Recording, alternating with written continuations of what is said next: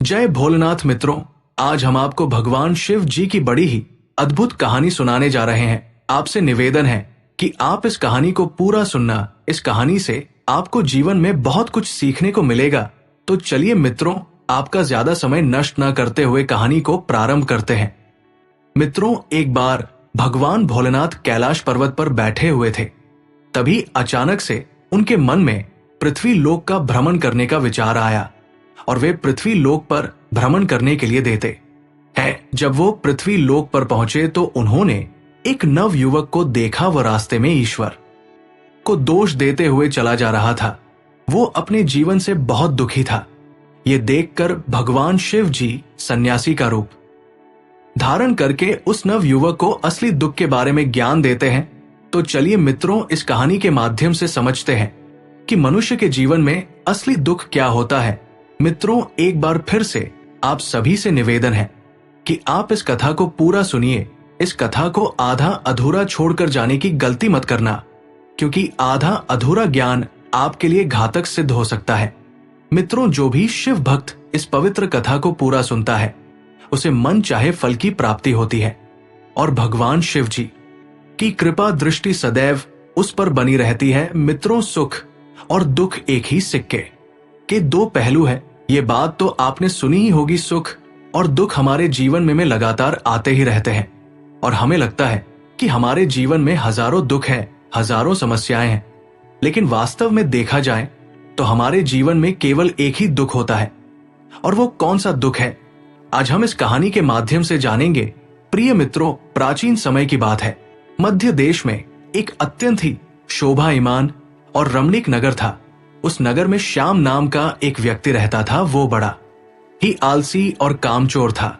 वो अपने जीवन से बहुत निराश था और उसकी निराशा का कारण ये थी कि उसने अब तक अपने जीवन में कुछ भी हासिल नहीं किया था। वो सारा दिन नगर में इधर उधर घूमता रहता था। उसके घर वाले भी इस बात से बहुत परेशान रहते थे।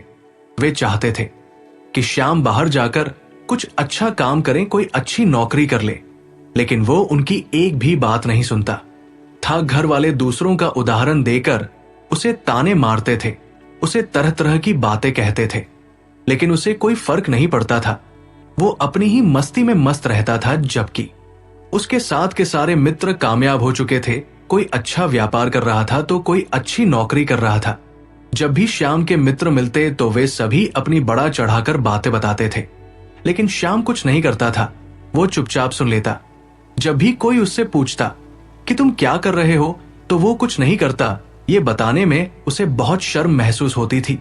वो हमेशा सबसे केवल एक ही बात कहता था कि मैं कोशिश कर रहा हूं, लेकिन उसकी कोशिशें का कोई भी फल किसी को नजर नहीं आ रहा था। देखते ही देखते अब ऐसा समय आ चुका था कि श्याम सभी से मुंह छुपाता फिरता था, ताकि कोई उससे ये ना पूछ ले कि तुम क्या करते हो। इस कारण से वो कभी किसी के सामने भी नहीं आता था। ये देखकर उसके घर वाले दुखी होने लगे और उसके बर्ताव को देखकर निराश रहने लगे।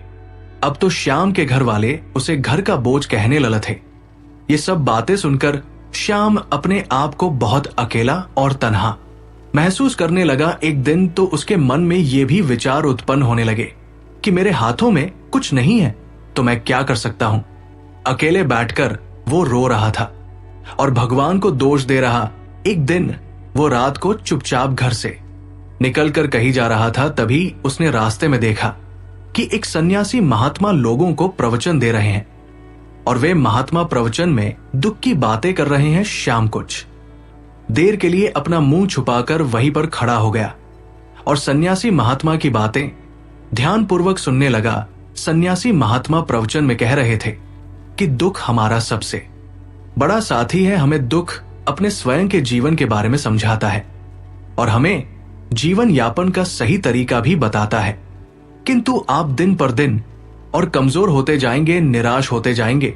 मित्रों, श्याम छुपकर उन सन्या महात्मा की ये सारी बातें सुन रहा था। जैसे ही प्रवचन समाप्त हुआ, वो उन सन्यासी महात्मा के पास जा पहुंचा। उन्हें प्रणाम करके कहता है, हे महात्मा, अभी आप कुछ देर पहले अपने प्रवचन में दुख को मनुष्य के जीवन का गुरु बता रहे थे। आप कह रहे थे कि दुखों से हमें जीवन में सीखना चाहिए, हमें उन्हें अपना गुरु बनाना चाहिए। लेकिन मैं भी तो अपने दुखों से परेशान हूं, अपने जीवन से परेशान हूं।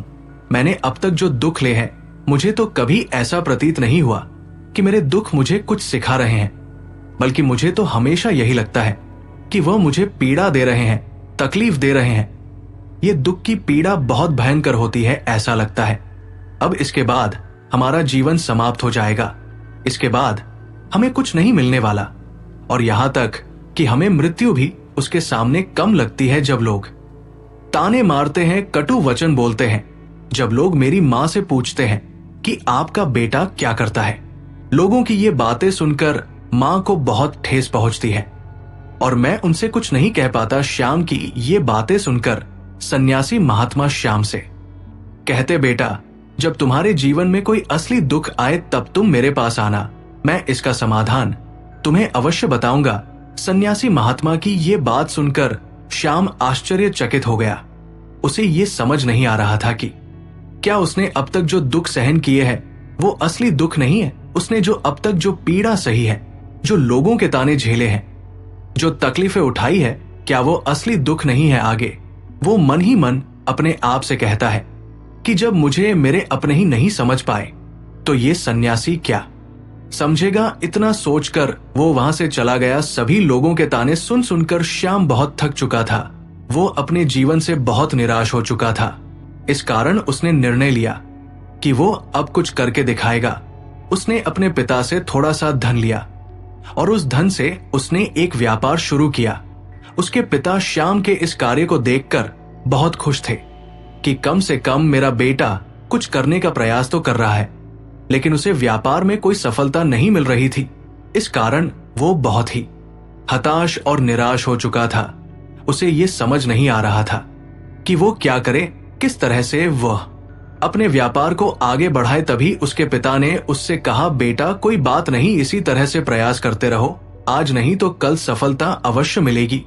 श्याम ने अपने पिता की बात मानी और अपने व्यापार में फिर से लग गया। इस बार उसने खूब मेहनत की। धीरे धीरे उसे व्यापार में सफलता मिलने लगी और फिर उसने अपने व्यापार में ऐसी रफ्तार पकड़ ली कि देखते ही देखते महज 2 वर्ष के अंदर वो एक बहुत बड़ा व्यापारी बन गया। अब उसके पास धन दौलत की कोई कमी नहीं थी। जो लोग पहले श्याम को नापसंद किया करते थे, अब वे भी उसे पसंद करने लगे, उसकी चिंता करते थे, उसके कार्यों की सराहना करते थे।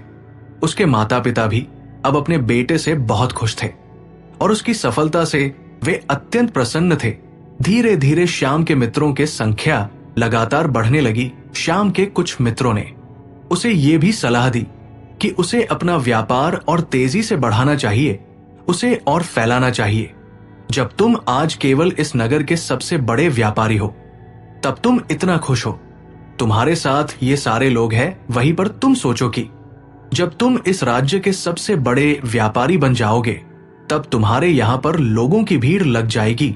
लोग तुमसे मिलने के लिए समय निकालेंगे, यहां तक कि इस राज्य का राजा भी तुमसे मिलना चाहेगा, तुम्हारी तारीफ करेगा, और यदि कभी ऐसी जरूरत आन पड़ी तो वह तुमसे धन भी उधार लेने के लिए अवश्य आएगा। श्याम को अपने मित्र की ये बात बहुत पसंद आई। श्याम ने अपने मित्र की ये सलाह मान लिया। उसने सोचा, अब मुझे अपने व्यापार को और बड़ा करना चाहिए, इस व्यापार को और फैलाना चाहिए, तभी तो हर कोई मेरे बारे में जान सकेगा, हर कोई मुझे इज्जत देगा। उसने अपने व्यापार को आगे बढ़ाने के लिए कई सारे अनुचित कदम उठाए ताकि उसका व्यापार जल्दी से जल्दी हो जाए। उसने कई लोगों से अधिक मात्रा में धन उधार ले लिया, जिससे उसके ऊपर अब काफी कर्ज हो चुका था। और इतना ही नहीं, उसने और भी लालच किया। उसने अधिक मुनाफा कमाने के चक्कर में अपने माल की गुणवत्ता को भी खराब कर दिया, जिससे अब उसके माल में वो बात नहीं रह गई थी जो पहले हुआ करती थी। लेकिन वो अपने मित्रों की बात सुनता रहा। जैसा जैसा उसके मित्र कहते थे, वो वैसा ही करता चला जा रहा था। यहां तक कि उसने अपने व्यापार को और भी तीव्रता से बढ़ाने के लिए अपने दूसरे छोटे व्यापारियों के खिलाफ षड्यंत्र भी रचना शुरू कर दिया। इस कारण उसके मन में अब पहले जैसा वो सुकून नहीं था। उसे अब रातों को नींद नहीं आती थी। वो केवल एक ही विचार में लगा रहता था कि किस तरह से उसका व्यापार पूरे राज्य में फैल जाए। और वह इस सारे राज्य का सबसे बड़ा व्यापारी बन जाए। मित्रों, ये सोचकर वो दिन रात कड़ी मेहनत में लगा रहता था। हालांकि उसके पास अब सब कुछ था, धन दौलत, अच्छा घर, गाड़ियां, नौकर चाकर और ऐशो आराम की सभी सुख सुविधा उपलब्ध थी। लेकिन इन सब चीजों के बावजूद भी वो उन चीजों का लाभ नहीं उठा पा रहा था, क्योंकि उसका पूरा ध्यान केवल अपने व्यापार को और शिखर पर ले जाना था। एक दिन श्याम अपनी गाड़ी पर बैठकर नगर से गुजर रहा था, तभी रास्ते में उसने उन्हीं सन्यासी महात्मा का आश्रम देखा। ये देखकर वो अपनी गाड़ी से उतर गया और सन्यासी महात्मा के पास गया और चरण स्पर्श किए, फिर हाथ जोड़कर कहने लगा, है महात्मा, आपने कहा था कि जब मेरे जीवन में कोई असली दुख आए तब मैं आपके पास आऊं, इस कारण मैं यहां पर आया हूं। आज मैं बहुत दुखी हूं। मैं रातों को सो नहीं पाता। मेरे पास सब कुछ होते हुए भी मैं उनका लाभ नहीं उठा पाता। उसने अपनी एक एक करके सारी बातें सन्यासी महात्मा को बताई। फिर सन्यासी महात्मा ने कहा, बेटा, जब तुम पहली बार आए थे तब भी तुम बहुत दुखी थे, लेकिन तब तुमने अपने दुख से क्या सीखा था? इसके जवाब में श्याम उन सन्यासी महात्मा से कहता है, हे महात्मा, जब मैं अपने जीवन में कुछ नहीं कर पा रहा था तब मैंने अपने दुखों से यह सीखा था कि केवल सोने मात्र से कुछ नहीं होगा, उसके लिए हमें जीवन में कुछ करना भी पड़ेगा। और केवल कर्म करने से हमें जीवन में सफलता नहीं मिलती, बल्कि उस कर्म को उसके अंजाम तक पहुंचाने से हमें जीवन में सफलता मिलती है। फिर चाहे रास्ता कैसा भी हो, चाहे परिस्थितियां कैसी भी क्यों ना हो, चाहे कितनी ही बाधाएं आपके रास्ते में क्यों ना आ जाए, जब आपको ऐसा लगने लगे कि आपके जीवन में कुछ नहीं बचा है और आप कुछ नहीं कर सकते, तब भी आपको हौसला बनाए रखना है और अपने कर्तव्य पथ पर डटे रहना है, ये सोचकर कि जब तक मैं अपने कार्य को सफल नहीं कर लेता तब तक मैं पीछे नहीं हटूंगा और मैं इस कार्य को करता रहूंगा और एक दिन अवश्य सफल होकर ही रहूंगा। मित्रों, श्याम की ये सारी बात सुनकर सन्यासी महात्मा मुस्कुराने लगे और श्याम से कहते हैं, हे पुत्र, जब तुम्हारे जीवन में असली दुख आए तब तुम मेरे पास आना, मैं तुम्हारी समस्या का समाधान अवश्य करूंगा। इतना कहकर वो सन्यासी महात्मा वहां से उठकर अपने आश्रम के अंदर चले गए। श्याम एक बार फिर से उनकी ये बातें सुनकर आश्चर्यचकित रह गया। उसे अब ये समझ नहीं आ रहा था कि क्या उसने जो दुख देखा है, उससे जो तकलीफ उसने अब तक सही है, क्या वो असली दुख नहीं है? उसके मन में अब एक सवाल उत्पन्न होने लगा कि असली दुख क्या है और इसकी पहचान क्या है, और मुझे कैसे पता चलेगा कि समय मैं असली दुख में हूं? श्याम ये सब सोच ही रहा था कि तभी वो सन्यासी महात्मा आश्रम से बाहर आते हैं। उसके हाथों में स्वर्ण मुद्राओं से भरा हुआ एक घड़ा उसे दे देते हैं। उस घड़े को देते हुए वो सन्यासी महात्मा श्याम से कहते हैं, बेटा, तुम इसे अपने घर के नीचे ले जाकर दबा देना, क्योंकि अब ये मेरे किसी काम का नहीं है।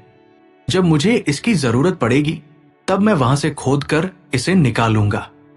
श्याम ने सन्यासी महात्मा की बात मान ली और उस घड़े को अपने साथ घर ले आया और उसे घर लाकर मिट्टी के नीचे दबा दिया। मित्रों, धीरे धीरे समय बीतता गया। समय के साथ साथ श्याम व्यापार में और भी ज्यादा उन्नति कर चुका था, लेकिन माल की गुणवत्ता अच्छी न होने के कारण अब उसके व्यापार में घाटा होने लगा।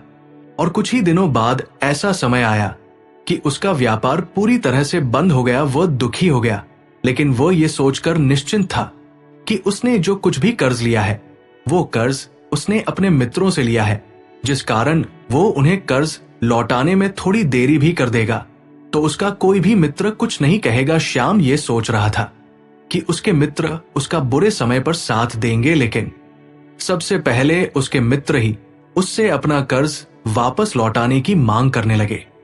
तब श्याम को एहसास हुआ कि कोई भी अपना नहीं है। उसने अपने मित्रों से उनके कर्ज को लौटाने के लिए थोड़ा समय मांगा, किंतु श्याम के किसी भी मित्र ने उसे कर्ज लौटाने का समय नहीं दिया, बल्कि उन लोगों ने श्याम को कर्ज ना लौटाने पर जान से मारने की धमकी देने लगे। अपने मित्रों के मुंह से ये सब सुनकर श्याम बहुत ही आश्चर्यचकित रह गया, मानो उसके पैरों तले से जमीन खिसक गई हो। वो जो कुछ सोच रहा था सब कुछ उसके विपरीत था। अब उसकी समझ में आ गया था कि जितने भी उसके मित्र थे सब उसके धन दौलत की वजह से थे मित्रों। अब तो उसके जितने भी मित्र थे वे सब उससे दूर जाने लगे। हर कोई उससे पीछा छुड़ाना चाहता था, कोई भी उसका साथ नहीं देना चाहता था। धीरे धीरे उसकी सारी संपत्ति नीलम हो गई। अब उसके पास कुछ नहीं बचा था, वो बर्बाद हो चुका था। फिर उसने अपने पिता से कहा, पिताजी मेरी मदद कीजिए, मेरे ऊपर बहुत कर्ज है, मुझे उसे लौटाना है। यदि मैं उसे नहीं लौटा पाया तो वे सब मुझे जान से मार देंगे। कृपा करके आप मुझे थोड़ा सा धन दे दीजिए। ये सुनकर श्याम के पिता दुखी मन से श्याम से कहते हैं, पुत्र मेरे पास तो अब कुछ नहीं बचा है, ले देकर बस यही एक छोटा सा घर है। अगर ये भी मैं तुम्हें दे दूंगा तो मैं और तुम्हारी माँ कहाँ रहेंगे? हमें भी दर दर की ठोकरें खानी पड़ेगी और मार्ग में भीख मांगना पड़ेगा। ले देकर अब हमारे पास केवल यही संपत्ति बची है। जो कुछ मेरे पास था मैंने तुम्हें पहले ही दे दिया है, इसलिए पुत्र मैं तुमसे क्षमा मांगता हूं। अपने माता पिता के मुख से ये सुनकर श्याम चुपचाप वहां से चला गया और मन ही मन वो सोच रहा था कि अब मेरे पास कुछ नहीं बचा, जो था वो तो सब लूट गया, बर्बाद हो गया। अब मैं जीकर क्या करूंगा? अब मेरे पास केवल एक ही रास्ता है जिससे मैं अपने कर्जदार से अपना पीछा छुड़ा सकता हूं। ये सोचता हुआ वो नदी के किनारे जा पहुंचा। मित्रों, वह नदी में कूदकर जान देने ही वाला था कि तभी उसे याद आया कि सन्यासी महात्मा ने कहा था कि जब तुम पर असली दुख आए तभी तुम मेरे पास आना, मैं तुम्हारी समस्या का समाधान अवश्य करूंगा। ये सोचकर श्याम उन सन्यासी महात्मा के आश्रम जा पहुंचा। श्याम सन्यासी महात्मा को प्रणाम किया और अपने ऊपर बीती हुई सारी बात बता दी और कहने लगा है, महात्मा आपने कहा था कि जब मेरे ऊपर असली दुख आएगा तब आप उसका समाधान अवश्य करेंगे। श्याम की ये बात सुनकर सन्यासी महात्मा मुस्कुराने लगे और बोले, बेटा जब तुम्हारे जीवन में असली दुख आएगा तो मैं उसका समाधान अवश्य करूंगा। मित्रों, इस बार श्याम के सब्र का बांध टूट गया और उसने सन्यासी महात्मा से कहा है, महात्मा आखिरकार असली दुख होता क्या है? क्या मैंने आज तक जो भी दुख सहन किया है, जो भी तकलीफें झेली हैं, वो सब असली दुख नहीं है? ये सुनकर सन्यासी महात्मा श्याम से कहते हैं, बेटा पहले तो मुझे ये बताओ कि तुमने अपने दुख से अपने जीवन में क्या सीखा है? सन्यासी महात्मा के इस प्रश्न का जवाब देते हुए याम कहता है, महात्मा मैंने तो यही देखा है कि माता पिता भाई को छोड़कर जो भी व्यक्ति तुम्हारी तरक्की में तुम्हारा पीछा करते हैं और तुम्हारी तरक्की के बाद तुमसे जुड़ते हैं, वे सभी लोग तुम्हें अवश्य धोखा देंगे, क्योंकि ऐसे लोग बुरे समय पर तुम्हारा साथ नहीं देने वाले बल्कि तुम्हारा फायदा उठाने का ही प्रयास करेंगे। इसलिए ऐसे लोगों पर भरोसा ना करें, बल्कि जो लोग तुम्हारी असफल के समय पर, तुम्हारे बुरे समय पर तुम्हारे साथ खड़े हैं, वही तुम्हारे असली मित्र हैं और वही तुम्हारे खराब समय में साथ रहते हैं। और ऐसे लोग जीवन में बहुत कम मिलते हैं और जिन्हें ऐसे लोग मिलते हैं उन्हें हमेशा उनकी कद्र करनी चाहिए, क्योंकि ऐसे लोग किस्मत से मिलते हैं। फिर आगे श्याम उन सन्यासी महात्मा से कहता है, हे महात्मा, मैंने ये भी सीखा कि जब भी तुम कोई कार्य कर रहे हो तो उसे पूरी निष्ठा और ईमानदारी से करो और ज्यादा धन कमाने के चक्कर में लालच ना करो और अपने लक्ष्य तक पहुंचने के लिए कोई षड्यंत्र ना रचो, क्योंकि ऐसा करने से कभी ना कभी वह षड्यंत्र तुम्हारे साथ भी रचा जा सकता है। श्याम की ये सब बातें सुनकर सन्यासी महात्मा ने कहा, पुत्र अब तुम मुझे अपने साथ अपने घर ले चलो। श्याम उन सन्यासी महात्मा को अपने घर लेकर आ गया। फिर सन्यासी महात्मा ने कहा, जो मैंने घड़ा दिया था उस घड़े को निकाल मेरे पास ले आओ। मित्रों, सन्यासी महात्मा ने जैसा बोला श्याम ने वैसा ही किया। फिर सन्यासी महात्मा ने श्याम को घड़ा थमा दिया जिसमें स्वर्ण मुद्राएं भरी हुई थी और कहा, लो इसे पकड़ो और जब तुम्हारे जीवन में असली दुख आए तब तुम मेरे पास आना, मैं इसका समाधान अवश्य करूंगा। मित्रों, श्याम ने उस घड़े के अंदर देखा तो उसके अंदर चमचमाती हुई स्वर्ण मुद्राएं थी। ये देखकर श्याम अत्यंत प्रसन्न हुआ और वो मन ही मन सोचने लगा, चलो अब मैं इस धन से अपने मित्रों का कर्ज चुका सकूंगा और बचे हुए धन से एक नया व्यापार फिर से आरंभ कर लूंगा। फिर उसने सन्यासी महात्मा को प्रणाम किया और उनका धन्यवाद किया। सन्यासी महात्मा उसके घर से अपने आश्रम को वापस आ गए। फिर श्याम ने उस धन से सभी का कर्ज लौटा दिया और अपने लिए एक बार फिर से नया व्यापार शुरू किया। व्यापार छोटा था, लेकिन अब की बार श्याम बहुत खुश था। उसने पूरी ईमानदारी और कड़ी मेहनत के साथ अपने व्यापार पर काम किया और देखते ही देखते एक बार फिर से वह एक बड़ा व्यापारी बन गया। लेकिन अब की बार वो बहुत खुश था, क्योंकि इस बार उसने ना तो कोई लालच किया और ना ही कोई षड्यंत्र रचा था। इस बार उसने पूरी ईमानदारी और मेहनत के साथ अपने व्यापार पर काम किया था। किंतु मित्रों, ये जीवन तो सुख और दुख का संगम है और इस संगम में प्रत्येक मनुष्य को जरूर डुबकी लगानी पड़ती है, तभी उसे जीवन में सुख और दुख का अनुभव होता है। मित्रों, कुछ दिनों बाद श्याम के जीवन में एक और दुख उत्पन्न हुआ। अब की बार उसके माता पिता दोनों की मृत्यु हो गई। श्याम अपने माता पिता से बहुत प्रेम करता था, जिस कारण उसके मन को बहुत गहरा आघात पहुंचा और वो एकदम सुन्न सा पड़ गया। उसके हाथ पैर कांपने लगे। उसके मन में अनेकों सवाल उठने लगे। उसने देखा कि जिस धन दौलत को कमाने के लिए उन्होंने सारा जीवन संघर्ष किया था, वह सब यही रखी रह गई। कुछ भी उनके साथ नहीं गया। सब कुछ खत्म हो चुका था। श्याम के मन में बेचैनी सी उत्पन्न होने लगी। उसे कुछ भी समझ में नहीं आ रहा था। वो अपने आप को बहुत अकेला महसूस कर रहा था, मानो उसके ऊपर दुखों का पहाड़ टूटकर गिर गया है। तभी उसे सन्यासी महात्मा की याद आई। वो तुरंत ही भागकर सन्यासी महात्मा के आश्रम में जा पहुंचा और सन्यासी महात्मा को देखकर जोर जोर से रोने लगा। मित्रों, श्याम को इस प्रकार रोते हुए देख सन्यासी महात्मा ने पूछा, क्या बात है पुत्र, क्या कोई दुख फिर से आ गया है?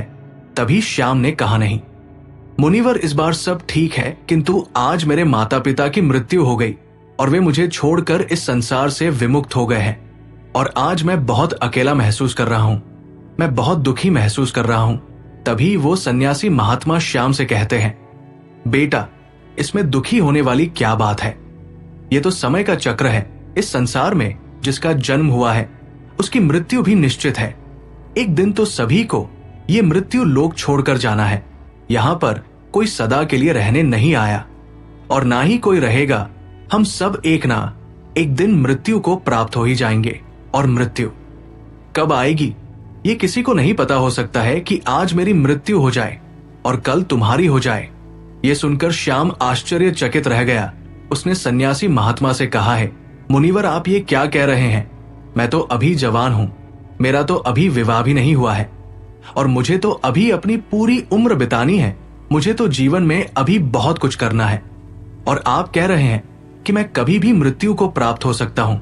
इस पर सन्यासी महात्मा कहते हैं, हे पुत्र, इस भ्रम में मत रहना कि मृत्यु केवल बुजुर्ग व्यक्तियों या औरतों को ही आती है। जिसका समय पूरा हो जाता है उसकी मृत्यु हो जाती है। कभी कभी तो बूढ़ों के सामने उनके जवान बच्चे तक की मृत्यु हो जाती है। मृत्यु कभी किसी की उम्र देखकर नहीं आती और ना ही किसी को बताकर आती है। मित्रों, सन्यासी महात्मा के मुख से ये सुनकर श्याम बहुत डर गया और वह चुपचाप आश्रम से बाहर आ गया। वो अपने आप को बहुत अकेला महसूस कर रहा था। ये सब सुनने के बाद से उसका मन अपने व्यापार में भी नहीं लगता। जब भी वो कोई कार्य करता तो उसके मन में अनेकों प्रश्न उठने लगते। वो क्या कर रहा है, क्यों कर रहा है और उसने इस कार्य को क्यों किया? उसके मन में अब एक और प्रश्न उत्पन्न होने लगा था, क्या हम यहां पर केवल इसीलिए आते हैं कि इस जीवन को भोगे और एक दिन मृत्यु को प्राप्त हो जाए? वो ये नहीं समझ पा रहा था कि इस मनुष्य रूपी जीवन का असली मतलब क्या है। उसने इस प्रश्न का उत्तर जानने के लिए कई धर्मात्माओं और विद्वानों के पास गया, किंतु कोई भी उसके बेचैन मन को संतुष्ट ना कर सका। उसका दुख और भी बढ़ गया। उसे समझ नहीं आ रहा था कि वो क्या करे। अंततः श्याम फिर से उन्हीं सन्यासी महात्मा के आश्रम पर गया और उन्हें प्रणाम किया और अपने मन की सारी बातें सन्यासी महात्मा को बता दिया। श्याम की बातें सुनकर सन्यासी महात्मा मुस्कुराने लगे और श्याम से कहते हैं, बेटा, आज पहली बार तुम्हारे जीवन में असली दुख उत्पन्न हुआ है। वास्तव में असली दुख तो यही है जिसे हम दुख कह सकते हैं, जो दुख कहने लायक है कि हमें पता ही नहीं है कि हम अपने जीवन में क्या कर रहे हैं, किस मार्ग पर चल रहे हैं, कहां जा रहे, क्यों जा रहे हैं, क्या करना चाहते हैं। तभी श्याम ने कहा है, हे मुनिवर, मेरे इस दुख का समाधान कीजिए और मेरे इस बेचैन मन को शांत कीजिए। फिर वो सन्यासी महात्मा कहते हैं, हे पुत्र, हम सबके अंदर काम, क्रोध, लालच, लाभ जैसी कई वासना हमारे शरीर रूपी घर के अंदर बैठ जाती है, जिसके कारण हम अपने जीवन को सही ढंग से संचालित नहीं कर पाते हैं और हमारी चेतना कभी एक नहीं हो पाती। हम कभी एक जगह सोच नहीं पाते, समझ नहीं पाते और हमारी ऊर्जा शक्ति भी एकाग्र नहीं रहती। और आजकल के द्वार में हमारे पास तो इतना भी समय नहीं कि हम एक क्षण का समय निकालकर अपने आप को देख ले कि हम क्या कर रहे हैं, हम सही कार्य कर रहे हैं या गलत कार्य कर रहे हैं। और जीवन के अंत में हम भगवान को दोष देते हैं, जिसे हम जीवन भर दुख समझते हैं। असल में वो तो दुख ही नहीं, तो आपको इसका समाधान कहां से मिलेगा? ये तो मनुष्य की परिस्थितियां हैं, जिसके कारण हम अपने आप को दुखी समझते हैं, अपने आप को तकलीफ में समझते हैं। जैसे हम एक स्थिति से निकलते हैं, फिर हम किसी दूसरी स्थिति में जाकर फंस जाते, जिस प्रकार हम अपनी पहली समस्या का सामना करके उसका समाधान खोज लेते हैं और बाहर निकल आते हैं, उसी प्रकार हम दूसरी समस्या का भी सामना करते और उससे तभी श्याम सन्यासी महात्मा से कहता है, हे मुनिवर, तो क्या हमें इस जीवन को नहीं जीना चाहिए? ये जीवन व्यर्थ है, हमें अपनी इच्छाओं को मार देना चाहिए, उन्हें पूरा नहीं करना चाहिए। श्याम की ये बात सुनकर सन्यासी महात्मा कहते हैं, हे पुत्र, हमें किसी से भी अपेक्षा नहीं रखना चाहिए और ना ही उससे कोई उम्मीद रखनी चाहिए। हमें अपनी इच्छाओं को मार देना चाहिए। हमें अनावश्यक की धन दौलत नहीं एकत्र करनी चाहिए, क्योंकि हम मनुष्य की इच्छाएं अनंत है जो कभी पूरी नहीं हो सकती। इसलिए हमें अपनी इच्छाओं को सदैव अपने नियंत्रण में रखना चाहिए और कुछ इच्छाओं को मार देना चाहिए।